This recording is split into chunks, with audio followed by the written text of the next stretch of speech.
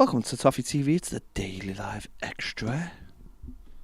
As we continue to digest the Takeover news, or lack of it, or whatever. No, Takeover speculation, I think. Well, I think it might be more than speculation now. It's definitely something that is under review, isn't it? Certainly, people have now got a little bit more detail and are starting to flesh it out a little bit. According to The Athletic today, Moshiri would like to retain 10% of the club, which is something we spoke about yesterday, wasn't it? In fact, just maybe wanting to keep keeping a little part of it, but obviously as we move forward, cut the ribbon. So we can cut the ribbon. Well, that's what I think it is. I think what it is it's a case of like, in 2 years' time when the stadium or whatever opens and he can be he's still part of the club. He mightn't have any power anymore, but and at that point might go, right, someone can buy me 10% now, because actually my 10%'s worth an absolute fortune now because we've got this new big stadium. So that would make sense. Whether the price for 87% of the club matches up to what his valuation is, their valuation, is something we'll have to look at in the next. Well, they'll have to look at. We're not looking at it. In the coming days, I'd seen a piece on Twitter before.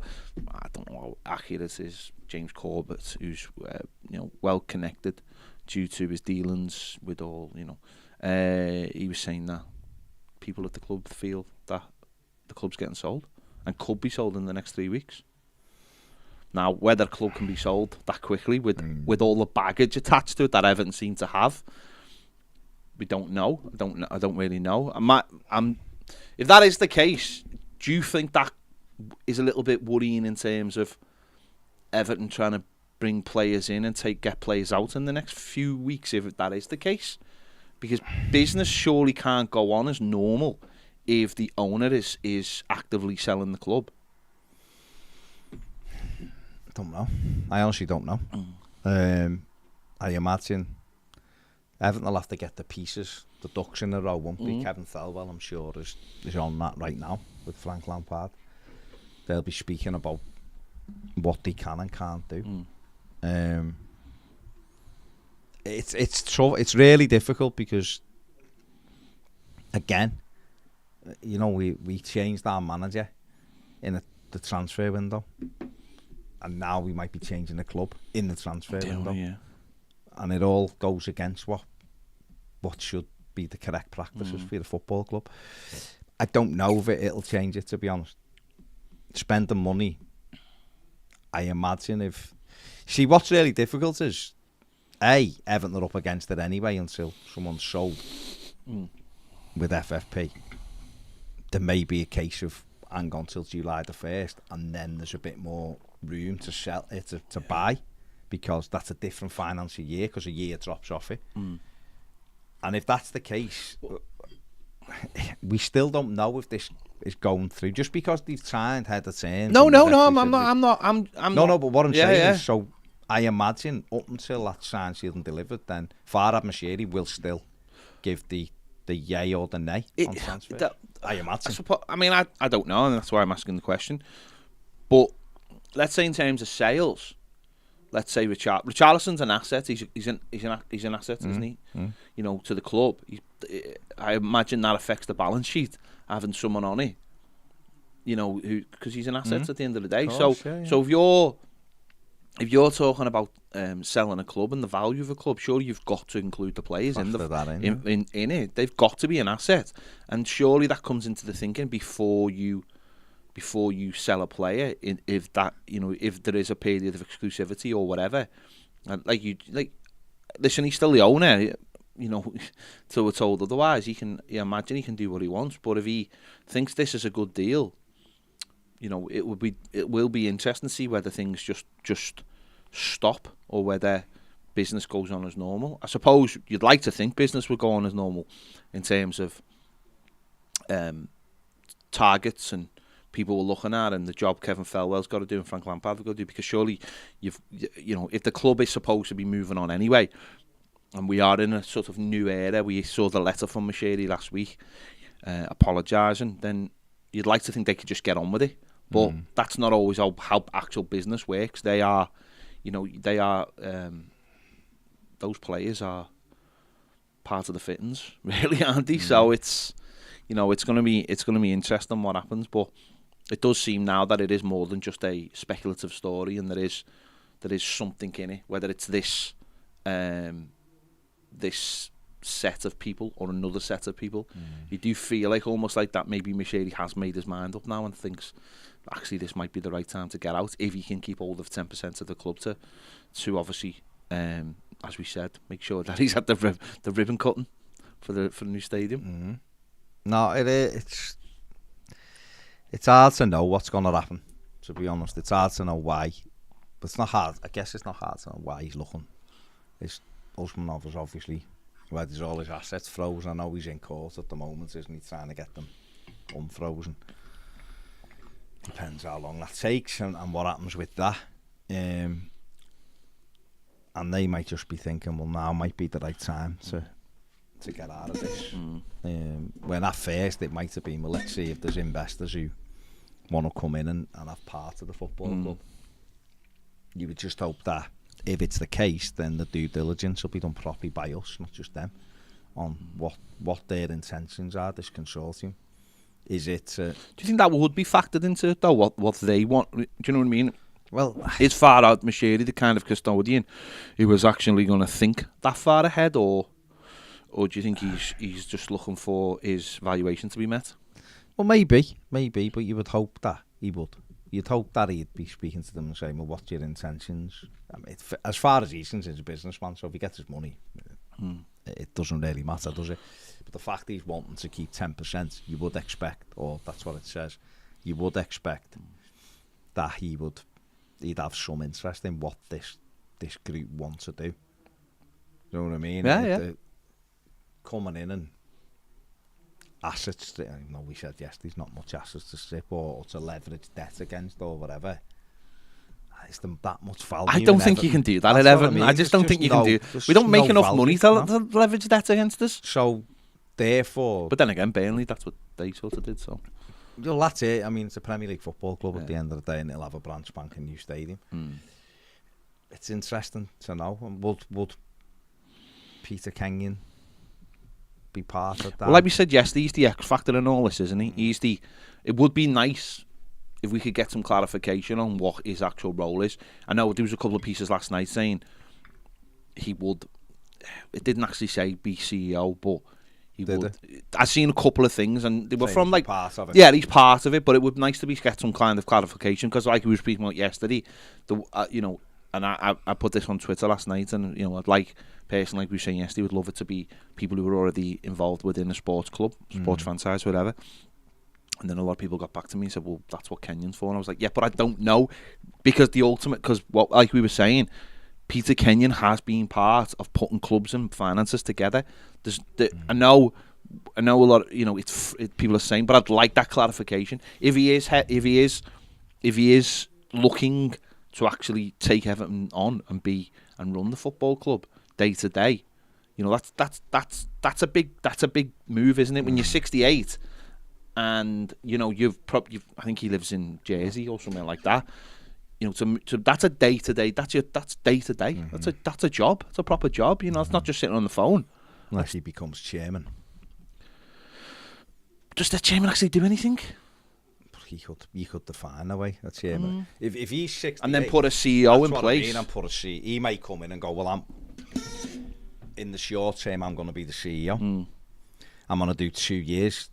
Take me up till I'm 70, and then we'll make a decision. Then we'll be looking to get a new CEO in, or I'll do a year and get this club the way we want it to be, or moving the way we kind of want it to be, and then we'll get a new CEO in, a brand spanking CEO.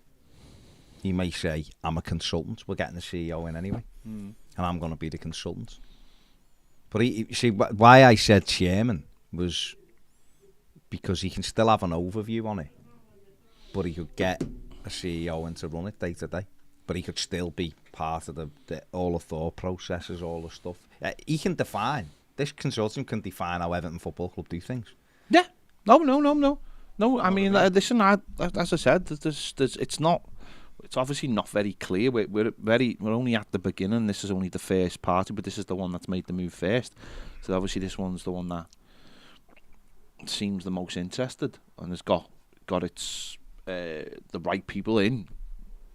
And apparently, it came from investment talks from maybe like you were saying yesterday. A lot of people.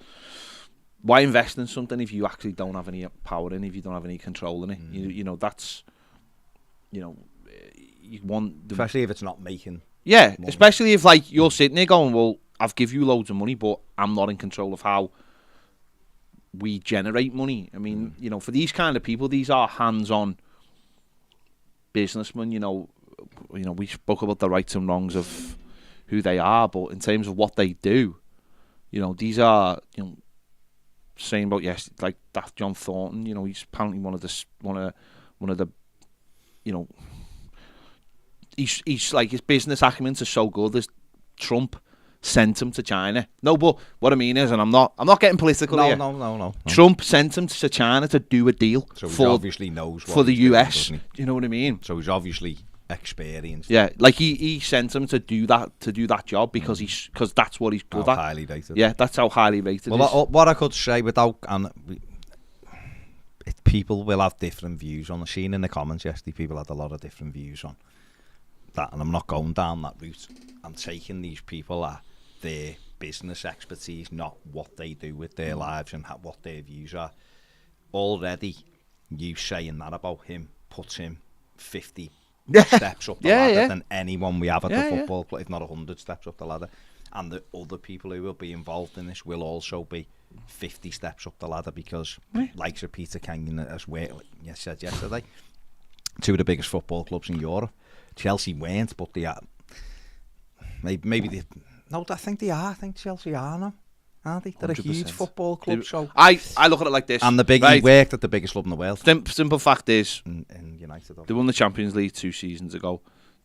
For the second time. For the second time. Whether you like it or not, anyone who's involved in that Super League is, on paper, one of the biggest clubs in the world. It doesn't matter. It doesn't matter what. And that's you might go. You can go well. Spurs. Yeah, but financially though. But it's. I will test it with Spurs. What I mean is though.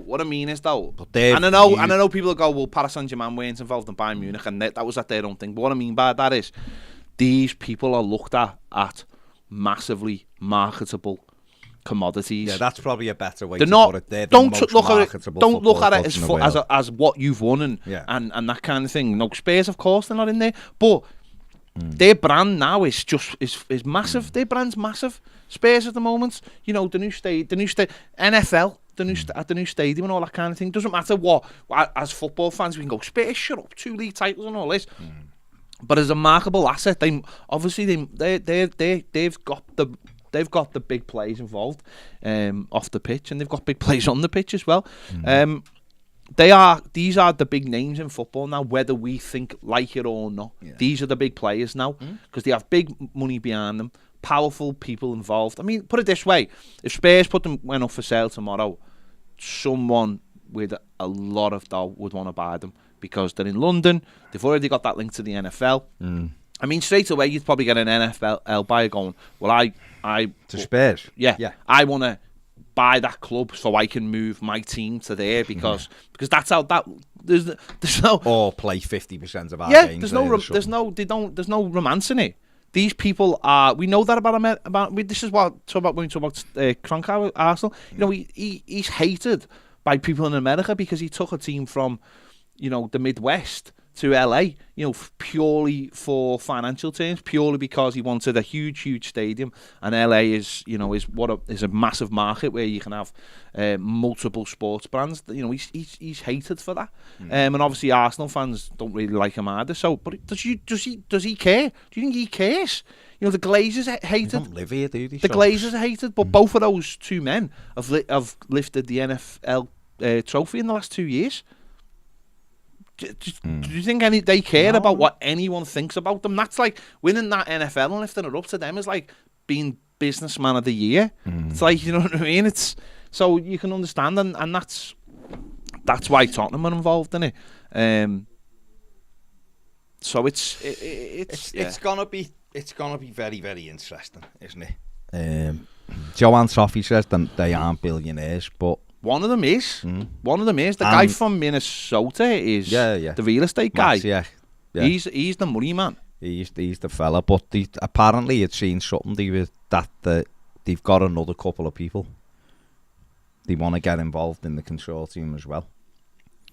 Isn't Peter Kenyon fronting a property thing that's worth 31 billion at the moment as well? Is he? So there's money's gonna be there, isn't it? That's the way you look at it. The other way to look at it, well, if there isn't any money, how did he buy? They can't buy it, yeah. And the reality of it is, the way the Premier League rules are now, you can't spend. If they had 100 billion to spend, it wouldn't make any difference. You can only spend basically what you bring in. That's the way they do it. So I'm quite sure they've got enough money to keep Everton busy in the transfer market. But it's all about running the club properly as well. These have got money, end of story. Whether these end up being... I mean, you're saying I've heard these people involved don't have money to run a football club, they're only worth a few million. Well, that is incorrect, isn't it? Go and look at the stuff they've done.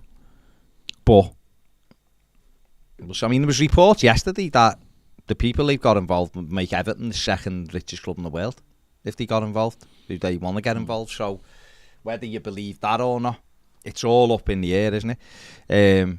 But these mightn't even be the people anyway. These mightn't even be the people who take it. Sometimes these are the ones who bring out the real players. These are the bait.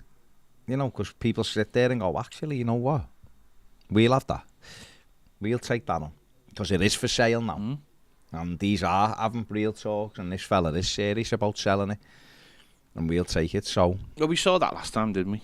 Well, yeah, I mean, like Ped said yesterday, Moshiri was the almost the silent fella who came in. It was the two lads from Sporting Kansas who came over, and they had lots of chats and were very...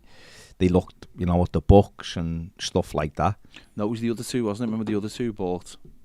Didn't they buy Cardiff? Or Swansea? The Kansas City fellas come over. They came first. And he wanted the thing. But then the other two... Remember the other two came out? Remember them? Oh, one of them had the cap. Yeah, and they ended up buying Swansea. Yeah, they went into somewhere else. So there was three then, wasn't it? Moshiri was the third, and obviously that was just done very quietly. So, who knows? Who knows? We'll see. Like I say, it's interesting because obviously Moshiri's basically saying, I'll be done with that. And maybe that's not what we all expected. Yes, looking for investors. But 4 or 5 of these groups have been sniffing around for 3 or 4 months. So, we will see with that. Gary Waters, howdy. Dean says, who should we shooting to the Mersey first? Denise or Bill? Bit harsh. But I'll be very surprised if the club gets bought by one of these type of consortiums, and those two still remain. I'd be amazed. Richie Hetherington says, am I right in thinking this exclusivity deal with Kenyon and Co really restricts other consortiums getting involved in a bid? If so, surely this hinders us having healthy competition for ownership. No, I still think they can get him. I think they can make their interest known. The exclusivity just is the next stage, isn't it? It just excludes them from talks. Just means that these have got a run at it now. These have got a run without being worried about being gazumped, basically. But which means that their interest does sounds genuine, but it's like anything else, isn't it? If you're buying a house, you obviously... or anything, you want some time to go over the details and get a survey done and all that kind of thing. And the last thing you want after forking out money for all that is some fella to come up and outbid you on it. You know, that's what it is at the moment. There'll be other parties out there who'll be sitting and watching, but for how long this exclusivity? It won't be very long. You know, it will only be a matter of weeks, I imagine. So.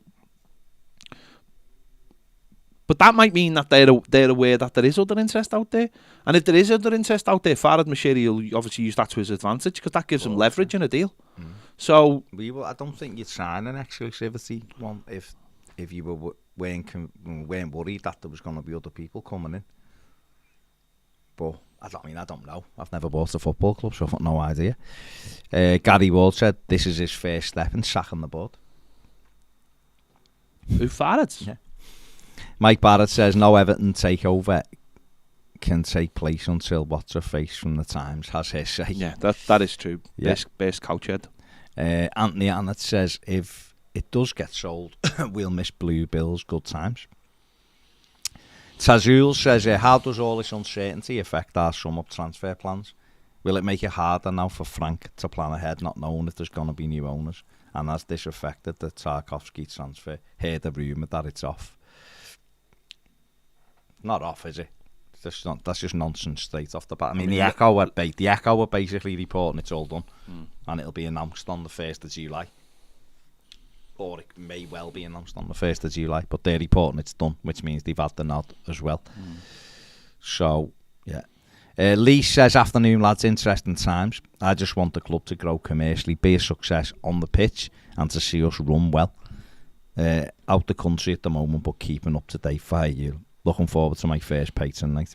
Is right, Lee. We will see you there, July the 8th for our patrons, of course. If you haven't got your tickets, go and get them. Get them right now. The link is on Patreon. Corin says hello, Ped and Bass. Hello, Corin. Peter Jacobs says it's how it's purchased. Will it be done on borrowing? Will Everton be highly geared?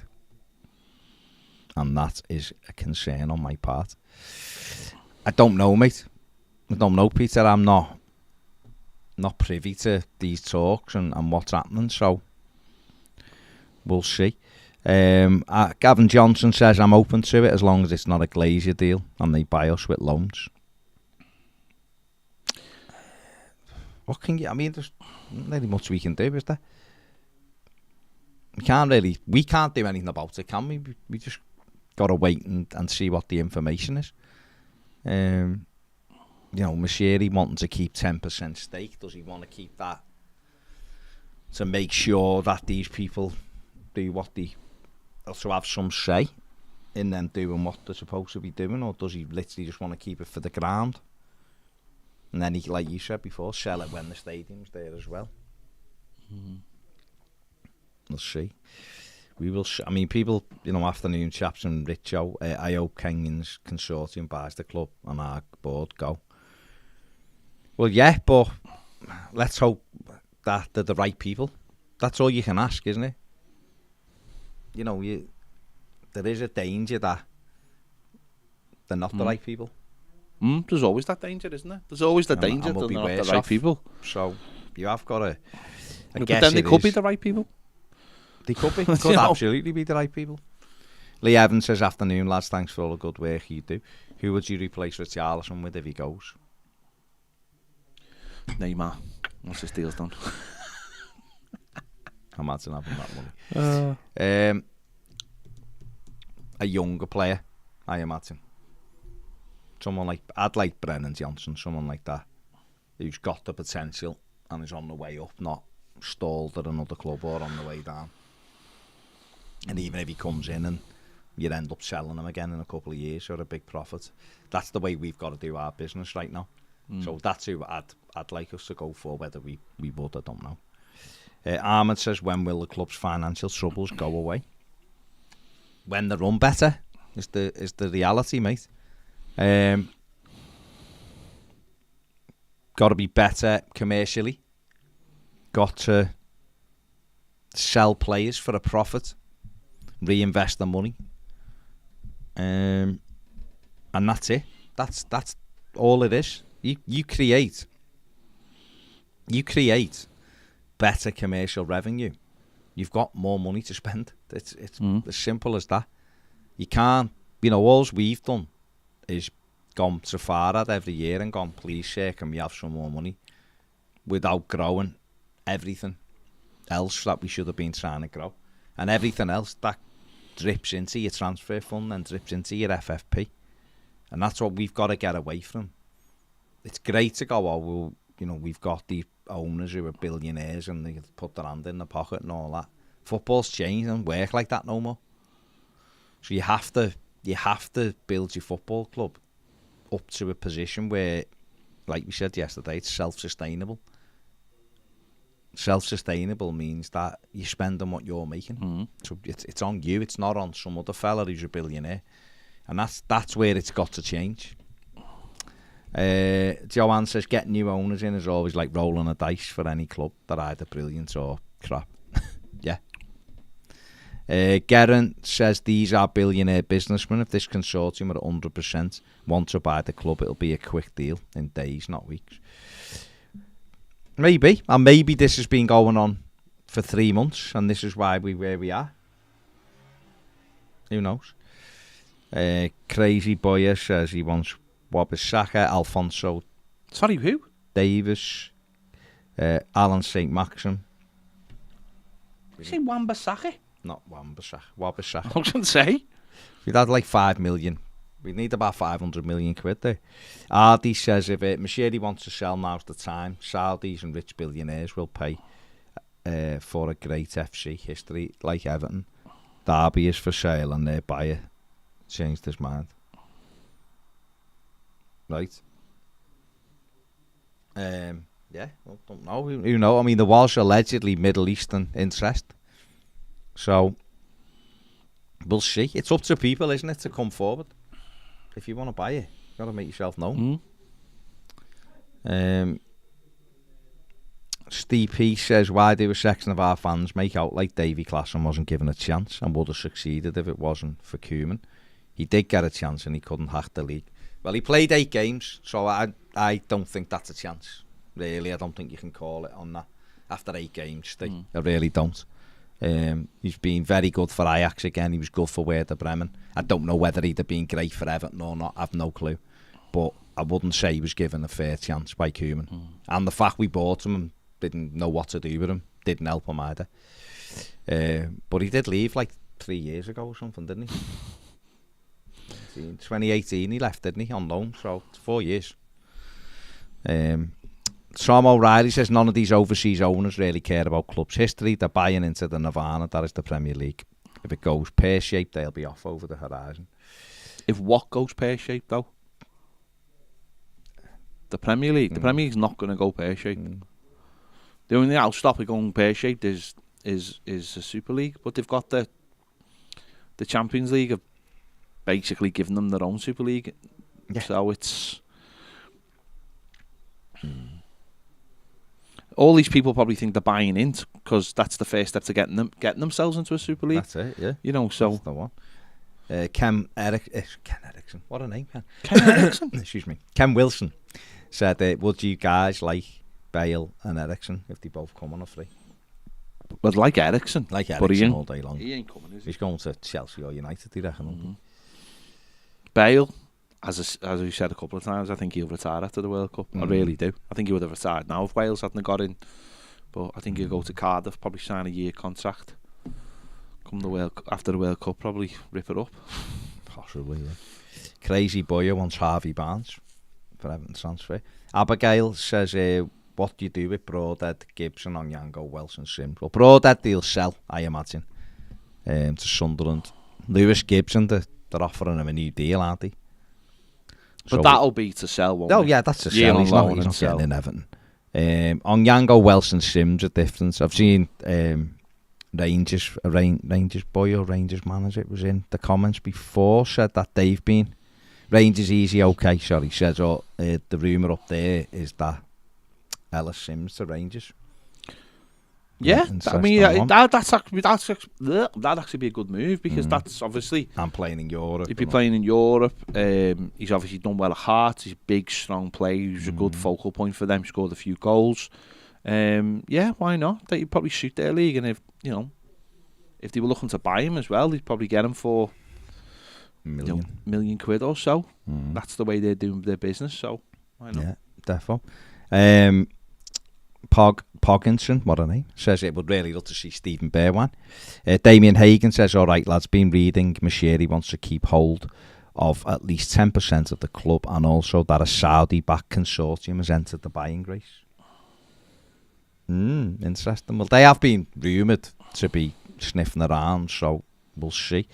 Daily Toffee on the super chat. Thanks, mate. Says, was 2 months of peace just too much to ask for after the season we've just been through? Never a dull moment. There isn't, is there? Never a dull moment as an Evertonian. But give us something to talk about, hasn't it? That's the way to look at it. Harry James says the dream with these American owners, if these businessmen grew up watching Donovan and actually loved Everton. I doubt it, though. I don't think they grew up watching them. They're all in the late 60s, yeah. Damien says we've been linked to Nunes again. Thomas Atkinson says, I actually think people want to buy us because of what they saw from our fans over the last few weeks, our passion, and know we're the best fans in the world.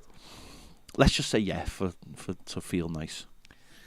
I mean, that might have kind of give it an extra tick on the box.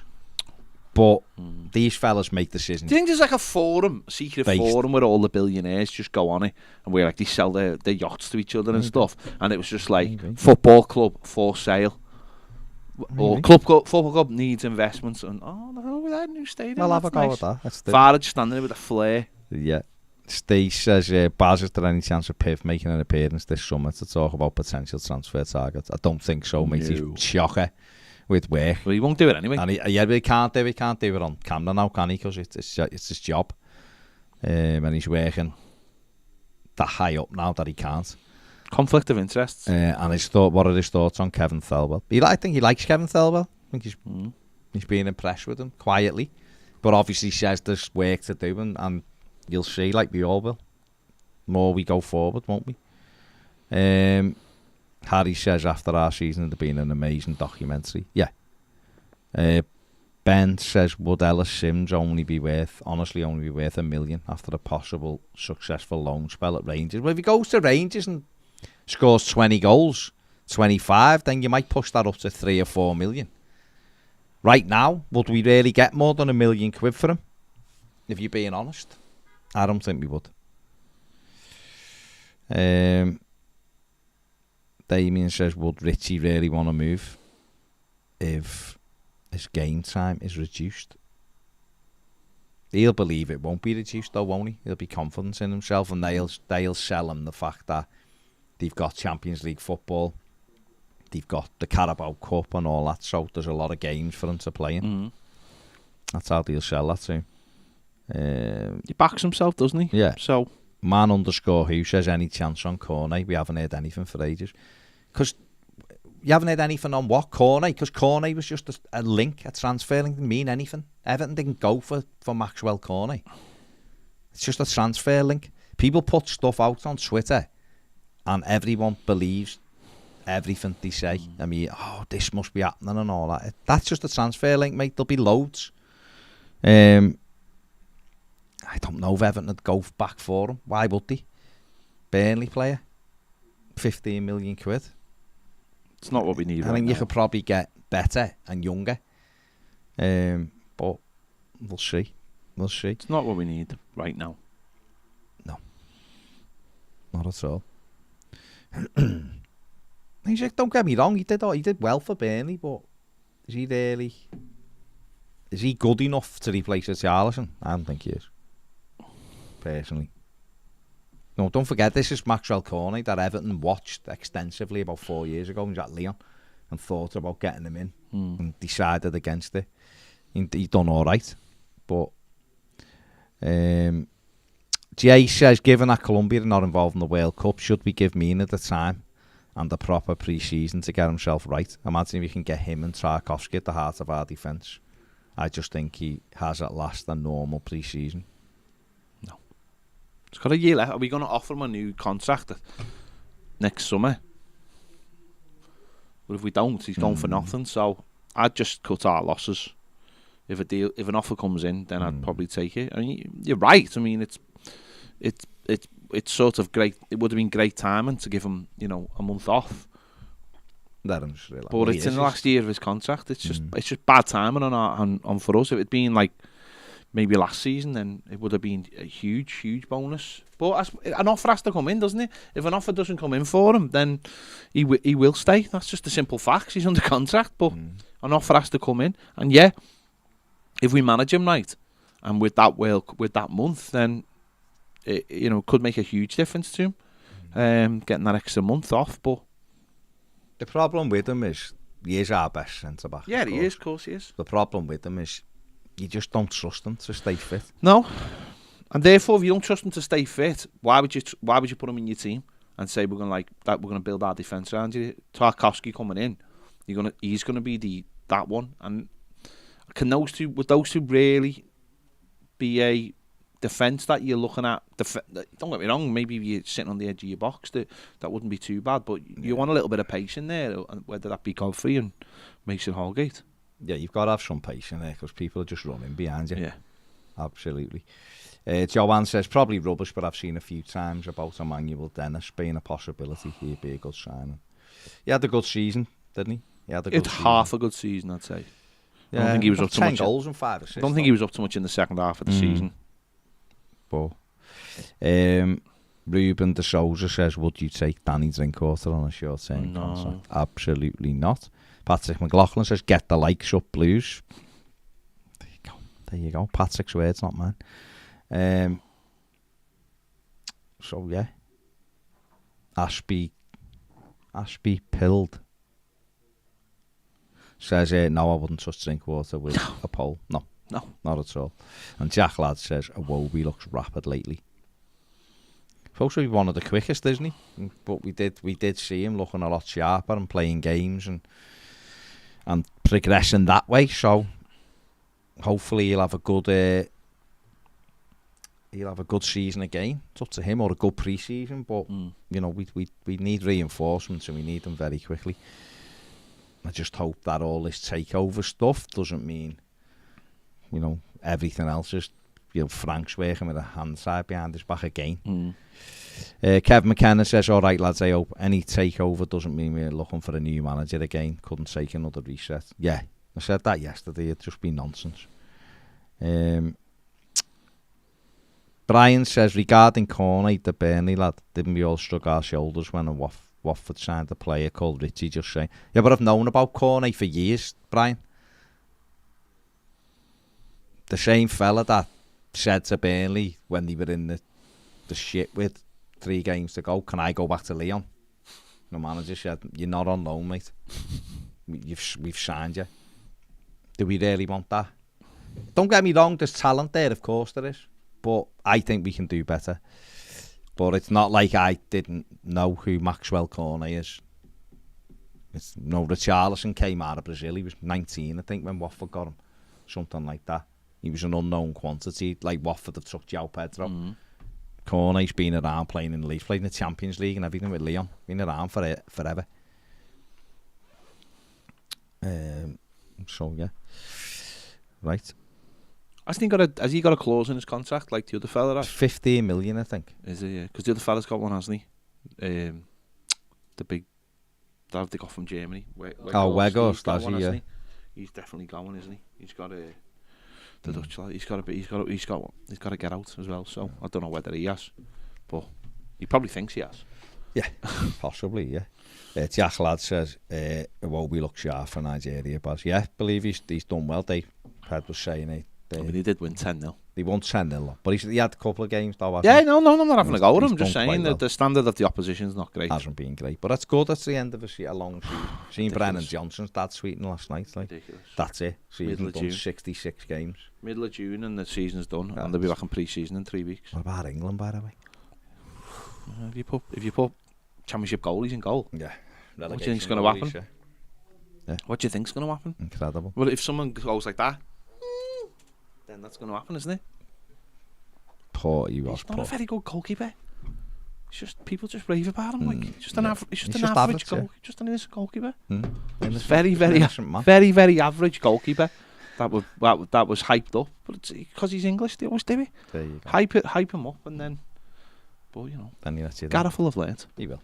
Right, that's us done. Hit the like button before you go, and subscribe if you haven't. We'll see you later. Take it easy. Bye.